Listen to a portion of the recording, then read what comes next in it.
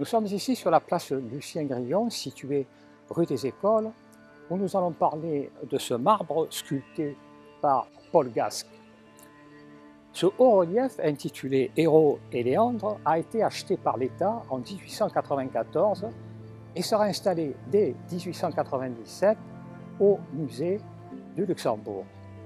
Il y restera jusqu'en 1953, puisque par un arrêté du 21 avril de la même année, sans doute sous l'entremise de Paul Ricard, ce marbre sera transféré sur Bandol. Ce haut-relief fait environ 2,90 m sur 2,30 m et 70 cm d'épaisseur. On retrouve en particulier la signature de Paul Gasc à ce niveau, mais celle-ci a été par la suite effacée dès 1905, sans doute par l'usure du temps. On ne retrouve ici qu'une gravure Paul Gasc. En 1953, ce haut-relief fut installé à Bandol sur un mur aveugle à l'angle de la rue des Tonneliers et de la rue Pierre-Tosca, sur un des murs de l'agence Boyer qui existe toujours. De 1978 à 1980, ce marbre fut oublié dans la cour intérieure de la caserne des pompiers de Bandol et en 1980, enfin, on l'installa au parc du Canet pour se retrouver définitivement sur la place Crillon à cet endroit précis. Paul Jean-Baptiste Gasc est né à Dijon en 1860 et décédé à Paris en 1944. Il fit d'abord ses études à l'école des Beaux-Arts de Bordeaux, puis en 1879 à l'École nationale supérieure des Beaux-Arts de Paris. En 1890, il eut le premier prix de Rome avec son Spartiate au Triadas. Il fit un séjour de 2 ans de 1891 à 1893 à la Villa Médicis de Rome. Sa réputation en France ne cessa de grandir avec son style personnel empreint de modernisme. Sa sculpture Médée fut installée au Jardin des Tuileries en 1906. Il obtint de nombreux prix, de nombreuses récompenses au Salon des artistes français et la plupart de ses œuvres se retrouvent à Paris, mais surtout à Dijon, sa ville natale. En 1935, il devint membre de l'Académie des Beaux-Arts et fut conservateur du musée de Dijon de 1932 jusqu'à sa mort. L'histoire de Héros et Léandre est une légende de la mythologie grecque. Héros était une prêtresse d'Aphrodite qui vivait à Sestos, sur une rive de l'Hellespont, la rive européenne, et sur la rive opposée, la rive asiatique, à Abydos, vivait son amant Léandre. Chaque soir, Léandre entreprenait la traversée de l'Hellespont pour la rejoindre, guidée par une lumière qu'elle avait éclairée en haut de la tour de Sestos.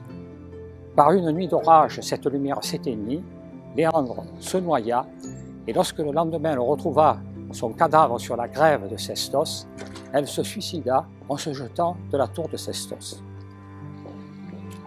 De nombreux artistes ont été inspirés par cette légende.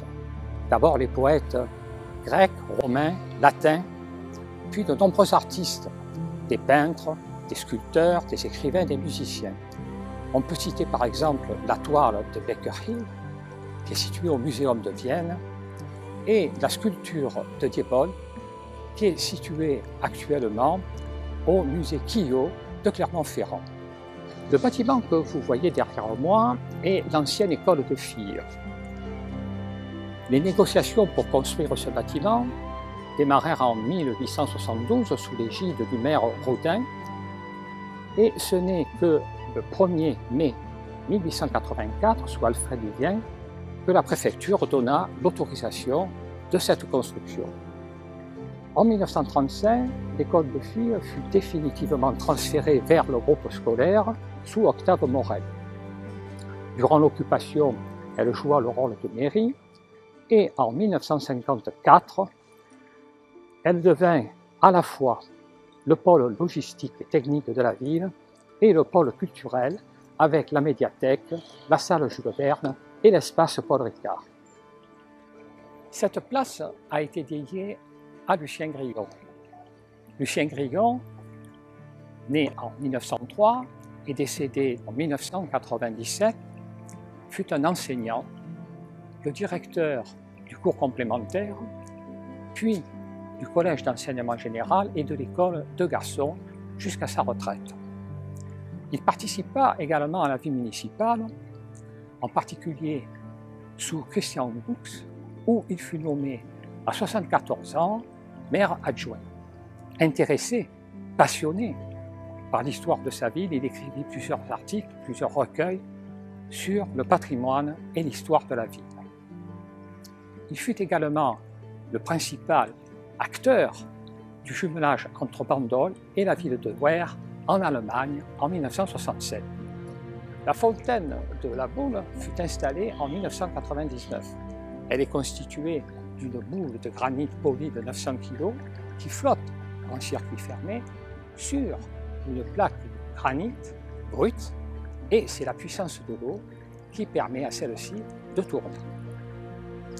Cette fontaine fut installée sur cette place, comme c'est le cas dans de nombreux sites forts de la ville, soit c'est le cas de la fontaine du Bicentenaire qui est située sur le port, soit la fontaine dite des Tortues qui est située sur la place de la Liberté en dessous de la place de l'Église. Cette place est un lieu privilégié. Elle incite effectivement au partage, au bavardage, à la rencontre. Et également, un certain nombre de salons culturels, et en particulier littéraires, se sont installés sur celle-ci. C'est le cas en particulier du Bandol Polar Connection de 2017, qui était parrainé par Philippe Carrez.